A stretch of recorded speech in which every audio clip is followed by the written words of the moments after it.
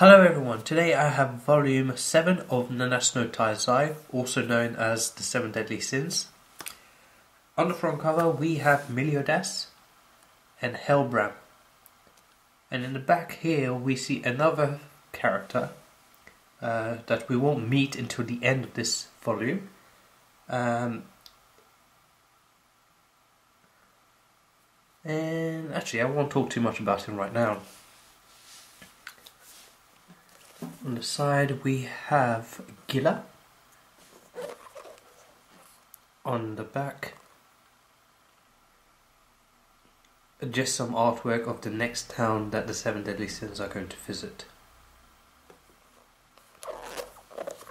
So let's look inside. Well, first let's look under the jacket. Alright, yeah, so this is a big giveaway.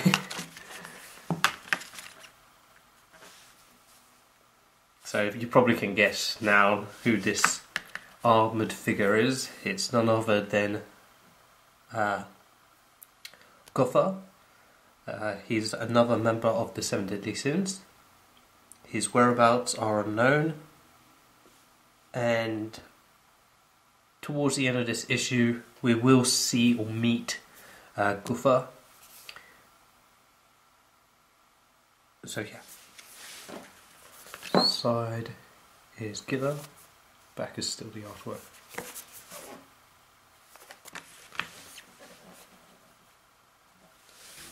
So let's look inside.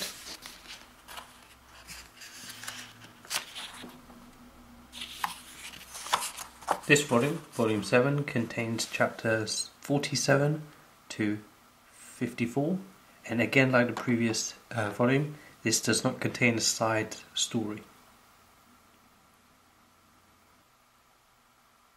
So a quick reminder before we go on to chapter 47, towards the end of volume 6, Meliodas had escaped from the goddess Amber, in which he had been sealed in, and we saw that half of his body was covered in black or dark marks, and his emotions were blank as he somehow cut off Gila's arm in order to retrieve his sword.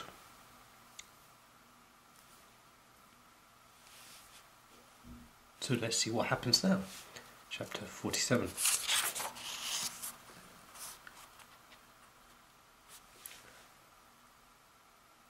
Like any person would, Gila screams in pain,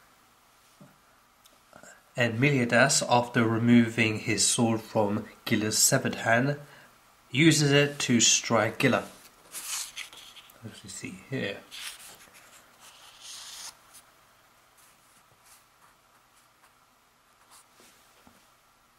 Jericho then goes to Gila, who's now lying on the ground.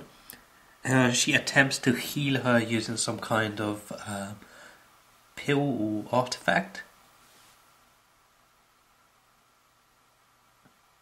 While they're trying to do so, Meliodas is approaching them. Ban shows up, surprising both Gila and Jericho. However, Meliodas not only attacks Jericho and Gila, but he also attacks Ban. As we see here, he splits him in half. So this Meliodas is not himself. He has this somewhat bizarre expression upon his face, emotionless, as if the Meliodas that we know is gone. After Meliodas quickly overpowers these three, he then goes to Elizabeth. However, unlike the others, he does not attack Elizabeth. He just smells her, like sniff sniff right here. Then Meliodas senses something. We can assume it's the fight between Hellbram and King that he senses. Using the dark marks in his body, he forms this kind of wing and he flies away, or flies towards what he senses. And indeed it is the fight between Hellbram and King. Just before Meliodas showed up, King does seem defeated, confused, but he is not given up. Now Meliodas arrives to Helbram's surprise. Meliodas overpowers Helbram, and he does give him some serious blows. However, Helbram does not give up easily, as we see here, as he strikes Meliodas. But Meliodas gets up seemingly unharmed, and again with that emotionless expression on his face. Now chapter 48.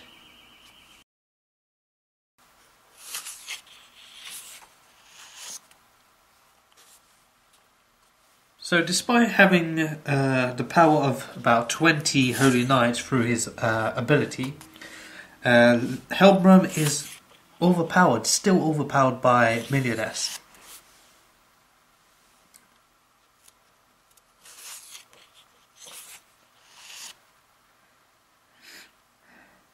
Helbram is surprised by Meliodas' abilities, but is also excited. In this chapter he explains that Meliodas does in fact have demon's blood coursing through his veins. However, he is very different compared to the new generation of holy knights. Of course, Meliodas is stronger than them, but also Helbram points out Meliodas probably gained this demon's power through a more natural means.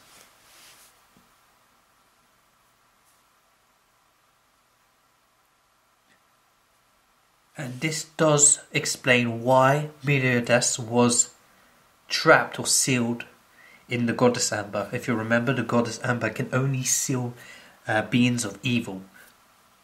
So because of this demon's blood, Meliodas was considered evil and thus sealed in it. Anyway, moving on.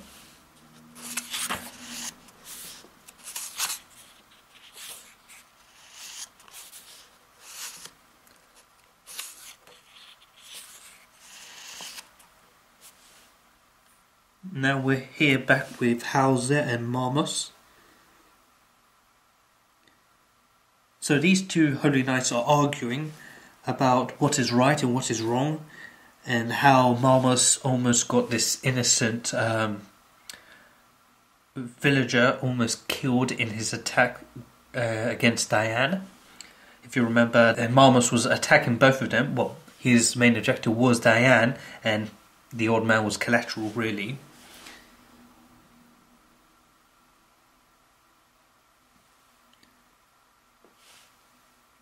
And it does seem here that Hauser does seem at odds with Marmos and is about to fight him. However, it is stopped by Hawk's mother, who appears with Diane's clothes in her mouth right here. And she drops it down this pit in which Diane fell into.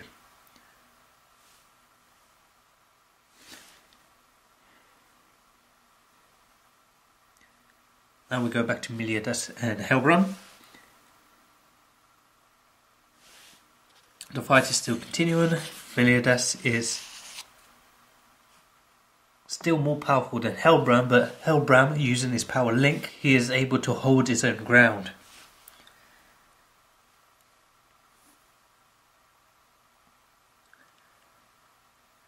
Just to quickly describe Helbram's ability, back in the capital Lyonesse is this artifact in which it's linked to Helbram, and we have all these holy knights, about 20 or so of them, and they are directing their power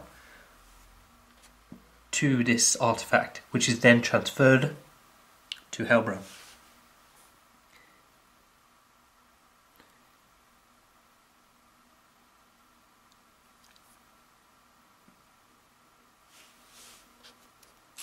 And we're going back to the fight. Although these 20 or so knights are linked with Helbram, Meliodas is still giving Helbram a beating. That is until this guy appears. His name is Hendrickson. If you remember, he is one of the great holy knights, and he is in Leonis. He directs his power to this artifact, which, like I said previously, transfers to Helbram. And as he is a great holy knight, his power is probably on par with the 7 deadly sins. And due to this, Helbram does beat Meliodas.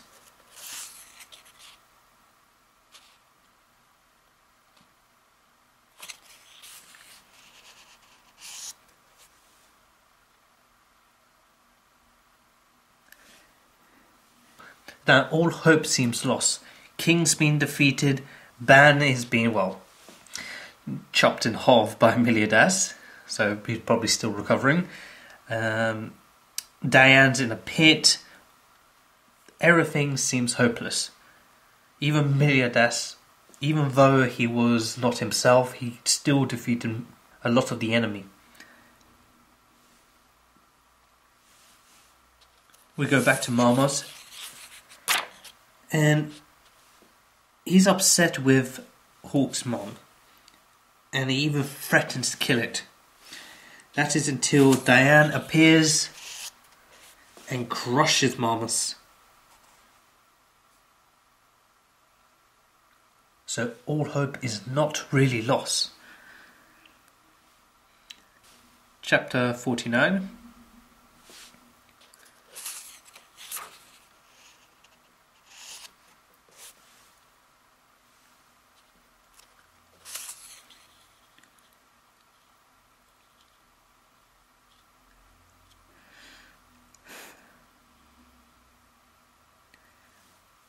Ban has recovered from Meliodas' attack, and seeing that things don't look good for them, decides to take Elizabeth Hawke, the unconscious king,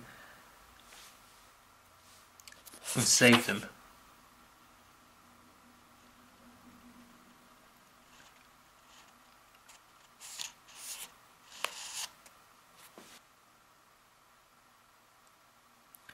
Right here, Helbram is about to give probably a final blow to Meliodas. However, this large attack appears and Helbram is forced to avoid it.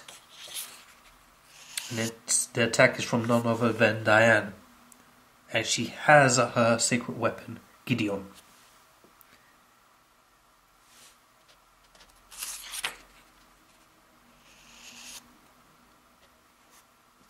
Now Diane is sad to see Meliodas like this, injured, unconscious, helpless.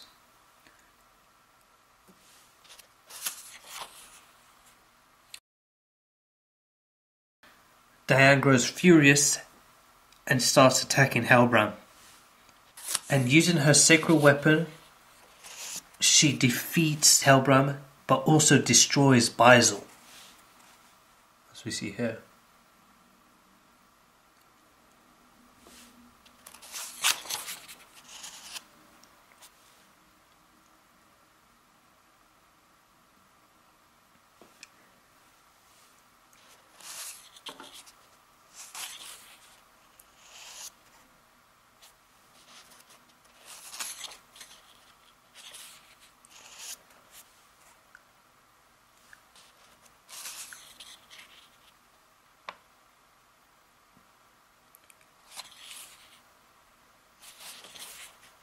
And that's where that chapter ends.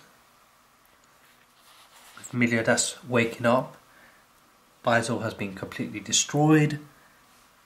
Helbram, as well as the other Holy Knights, have been defeated.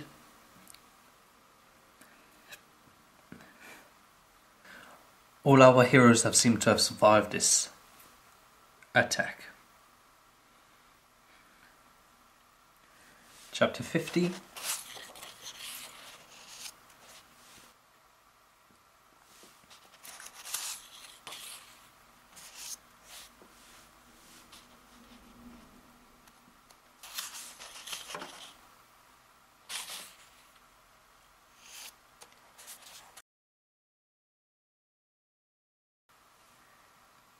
So while the seven deadly sins have regrouped, we see Grimoire has survived the attack, but he's still upset with Veronica's death. Elizabeth tells him to bury her in her favourite spot, and he also tells her that she will stop the Holy Knights with the help of the seven deadly sins.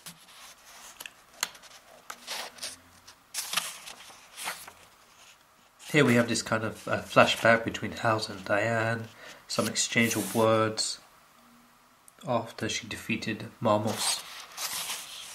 I'm not going to go into too much detail about this. Anyway, carrying on, Ban tells Meliodas that his sword is missing. But Meliodas doesn't seem to care as long as Elizabeth is alright, which does cause Elizabeth to blush due to his comments.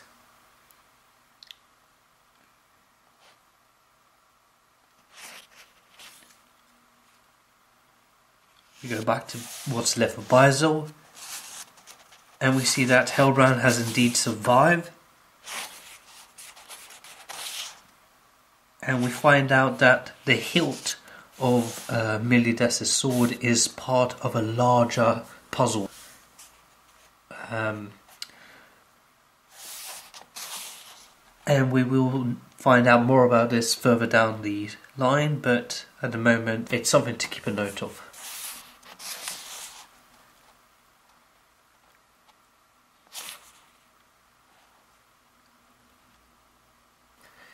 And this chapter ends with the gang leaving Baisel.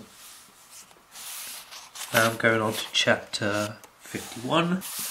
Hauser returns to the capital and he reports on the event of Baisel. He also learns of a report that both Veronica and Grimoire had died. He learned this from Gilfunder.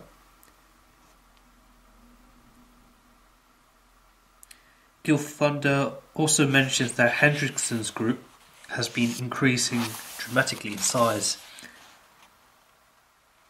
and he wonders how he should report this to Princess Margaret and the great Holy Knight Dreyfus. So these are Hendrickson's group, the new generation of Holy Knights. Of course, no one other than Hendrickson's division knows how the new generation of Holy Knights come about.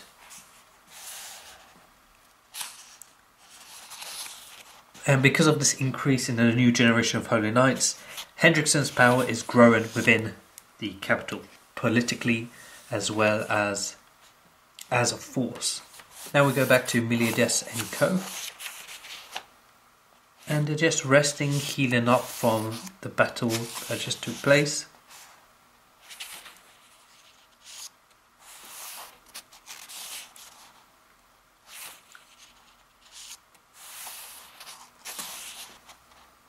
Here we see a spar between Ban and King.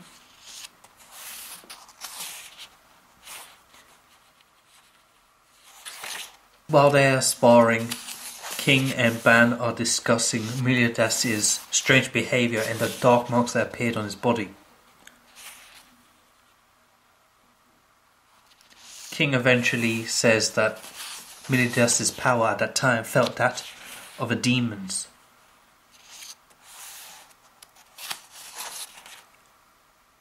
Ban takes this as an offence, and here we see Ban is trying to defend Meliodas, saying he is not a demon, he is nothing like them, and how Meliodas saved Ban, how he gave him a purpose. He could never be a demon.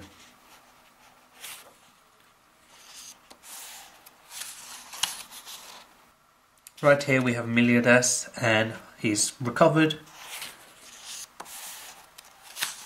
And towards the end of this chapter, it shows that for some weird reason he is now more motivated in gathering the 7 deadly sins and defeating the Holy Knights than he did at the beginning.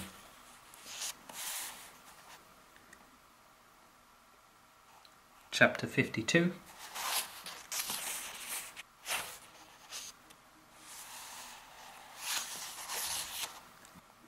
Back in Leones, Hauser, Gila and Jericho, who are now recovering from the battle at Baisel,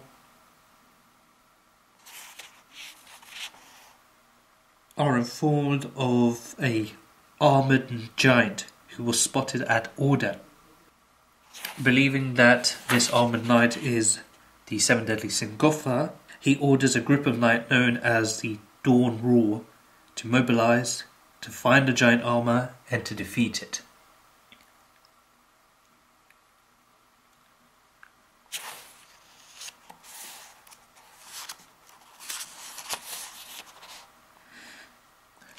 So this is Ordan. It's the same image we saw at the back of this volume, the location of the next arc.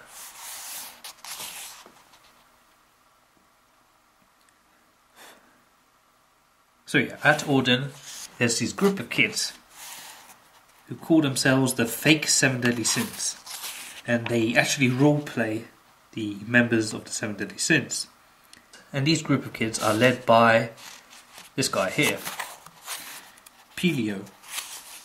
He is the son of the chief of the village, and of course he is role-playing as Meliodas.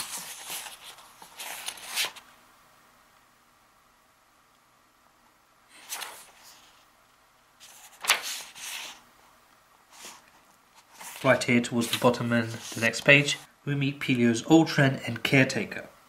His name is Armando.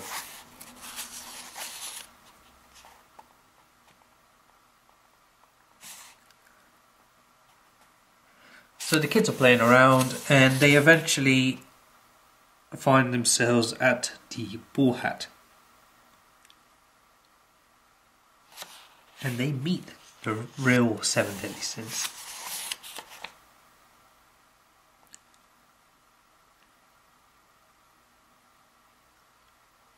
Of course, the kids don't realise they are the real Seven Deadly Sins. And the two groups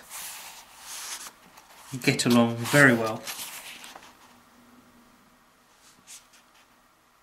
Eventually, the subject of a mountain god in the forest. And this mountain god keeps wolves and bears away from the village.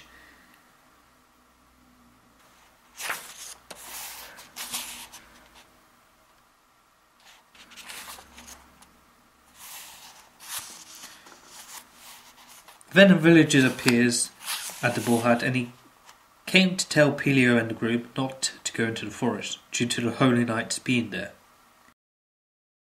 As kids are being kids, they still go into the forest for fun, while Armando goes there to protect Pelio and the rest of the kids. Right here.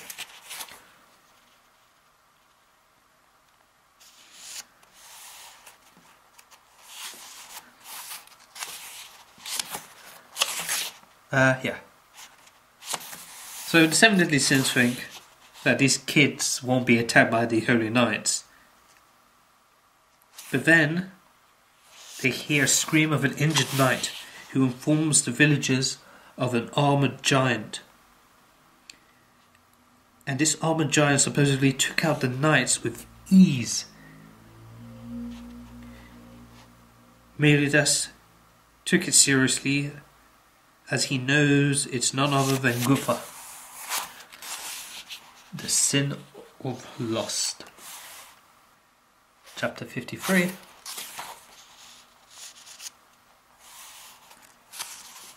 Meliodas informs the groups that he believes Gutha is in the forest, and he is the target of the Holy Knights. So they go into the forest to find Gutha, leaving Diane to look after the sick Elizabeth.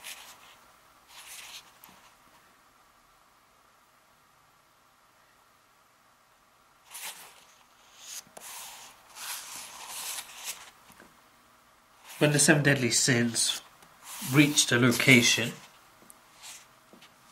at which the Holy Knights were defeated, they find not only Gufa, but that he's surrounded by Dawn Raw, a group of elite holy knights, and they are waiting for his next attack. However, Pelio shows up and attacks Gufa. However, Gufa takes a stance to smash Pelio, but Armando appears, saves him, but takes the hit. Dawn Raw uses this chance to attack. We go on to the final chapter in this volume, 54.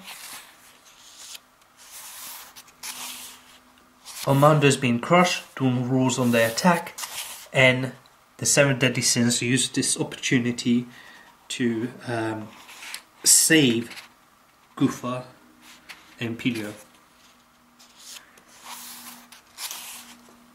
As we see here, King takes Pelio to safety, and Ban and Meliodas attacks Dawn Raw in order to shield and protect Gufa. However, Dawn Raw still managed to land hits on Gufa,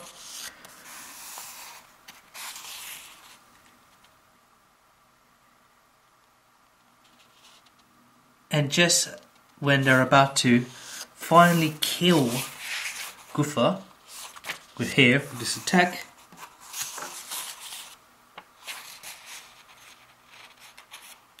Armando stands up and he stops the attack on Gufa. And it is revealed that Armando was waiting for the right chance to attack while speaking in an emotionless voice. And everyone is shocked as it is revealed that Armando is in fact none other than Gufa, the sin of lust. And that's where this volume ends. There's some artwork from Suzuki Sensei and some fan artwork from, well, fans and readers. Okay everyone, thanks for watching. Please comment, like and subscribe. Bye.